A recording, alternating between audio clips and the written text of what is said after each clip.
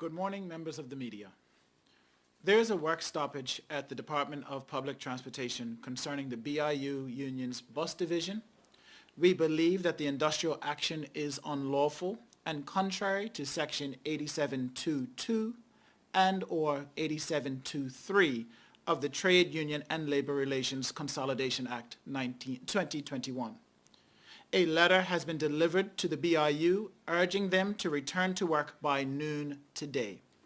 Failing that, we will take whatever steps open to us to bring the work stoppage to an end, which may include commencing proceedings in the Supreme Court for damages and injunction preventing any further inducements of breach of contract by the BIU on these issues, pursuant to Section 94 of the 2021 Act.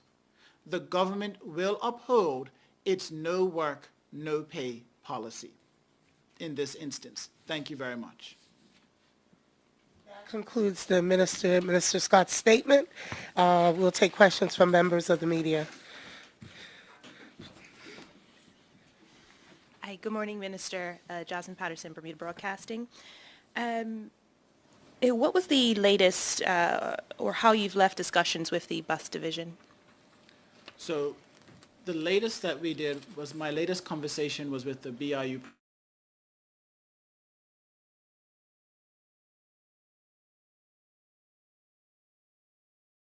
Should not have happened. But I respect and understand that he has a fiduciary responsibility to represent his members, and I have such a responsibility to represent the interest of the commuting public. And so therefore, this is why we are taking these necessary steps. Okay. Getting to the crux of the issue at hand, will there be repercussions for those staff members who have done this illegal action? All we are doing is holding the members accountable for their actions within the policy and the procedure. If you follow procedure, the procedure allows for disagreements, the procedure allows for dispute resolution, and it allows for that to happen without inconveniencing or industrial action having to take place. We understand as the ministry that industrial action is necessary at times, but should only be used as a last resort when all other avenues and organs within the process have failed. And in this case, that is not the case. So many people will be inconvenienced by the stoppage. What would you have to say to those people? I sincerely and wholeheartedly apologize for the inconvenience, and I want them to know that the ministry and the government is doing all that it can. Once again, even willing to take this to the Supreme Court to ensure that wildcat strikes or unnecessary industrial action do not become a norm in the future. Is there an investigation into secret recording?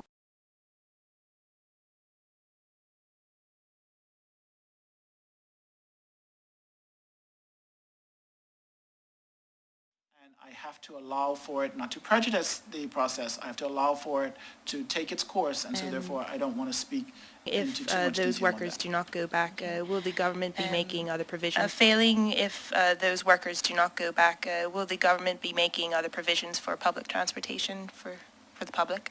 The only provision that we would have would be after 7 to 10 consecutive days of no service, that we can then activate the contingency plan, but we do not anticipate that happening, that getting that far, given the fact that we've given a letter to the union to go back to work, to get their members to go back to work by noon today.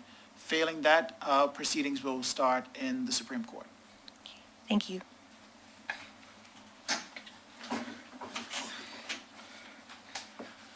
Hello, Minister. Sean Connolly from the Royal Gazette. How long will the Supreme Court action take?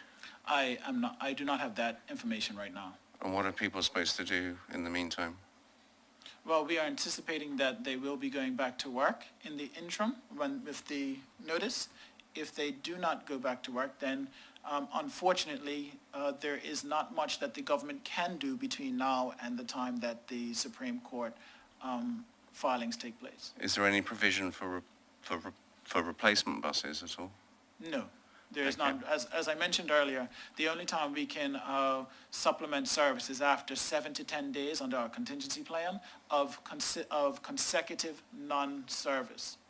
Do you think you've lost your grip on the situation? I do not believe so, Why? because as of right now, we still have tools in our toolkit in which to address this. But the first tool in our toolkit is communication. And I mentioned earlier that the BIU president and the ministry are of like minds on this one. Can you remember the last time that was able to be said?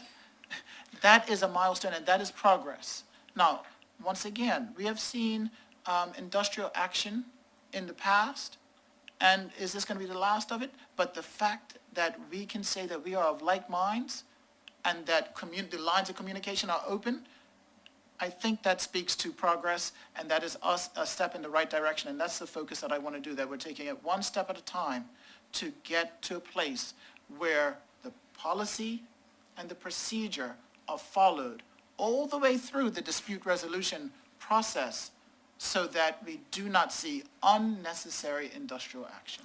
Are you considering privatization of the service? Why not? If privatization does not ensure that no industrial action will take place. And what would you say to travellers today who just can't get their bus because, what's happening? I wholly understand the frustration. The frustration is warranted. We share that frustration, and we sincerely apologize for the inconvenience. Okay, thank you.